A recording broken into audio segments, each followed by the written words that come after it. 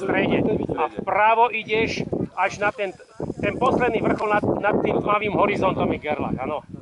Keď idete vľavo od Kriváňa, tak vidíte Svinicu, prekrásnu ten dvojvrchol. To je, tam začína horia cesta Polska. A celé západné Tatry, toto je Salatín predu, to čo vidíte, ten lučný Salatín. Áno, to je Baranec, áno, tam je Baranec. Áno. Baranec.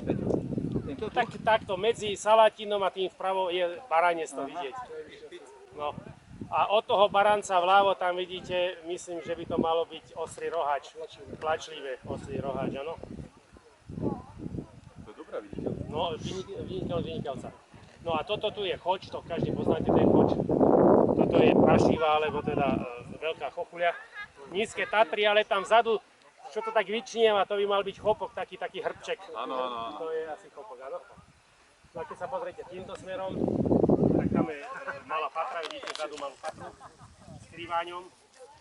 A tuto, v tej priehybe, čo to taký hrb, to je stoch. Taký ten typický stoch. Áno.